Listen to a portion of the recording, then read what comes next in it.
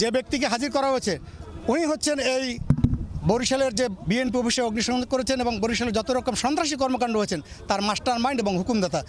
আমরা এর জামিনে বিরোধিতা করেছি, মাননীয় আদালত জামিন নামঞ্জুর করেছেন।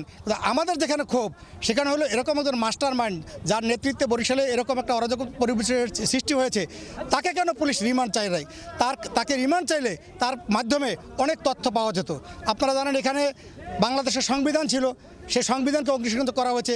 জাতীয় পতাকা ছিল, সেই জাতীয় পতাকাকে তারা অগ্নিসংযোগ করেছে এবং যেভাবে তারা অগ্নিসংযোগ করেছে তাতে এখানে বিস্ফোরক দ্রব্য ছিল, তাদের হাতে আগ্নেয়াস্ত্র থাকতে পারে। আমাদের এই সকল কিছুর উদ্ঘাটনের জন্য আমরা ভেবেছিলাম পুলিশ প্রশাসন তাদেরকে রিমান্ডে নিয়ে এ তথ্য উদ্ঘাটন করবে। অত্যন্ত দুঃখের বিষয়, ষড়যন্ত্রের মাধ্যমে আজকে তাকে কোনো রিমান্ড চাওয়া হয় নাই।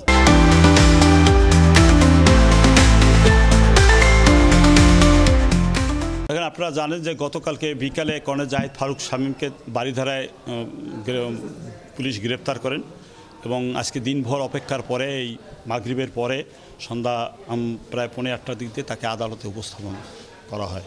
আমরা সেক্ষেত্রে তার একটা জামিনের প্রার্থনা করেছি।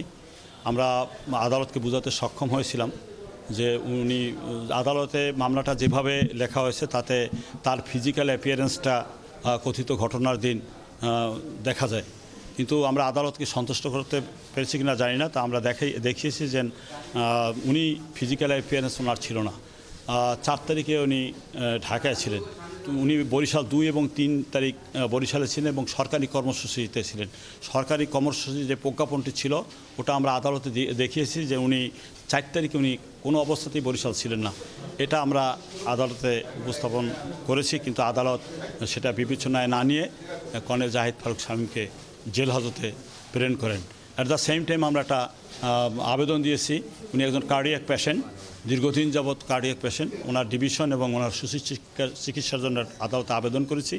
সেক্ষেত্রে আদালত তার জামিনের আবেদন নামঞ্জুর করে বলেছেন যে জেল কোর্ট বিধি অনুযায়ী উনি যেটা প্রাপ্য হবে এটা জেল কর্তৃপক্ষ বিবেচনা করবে।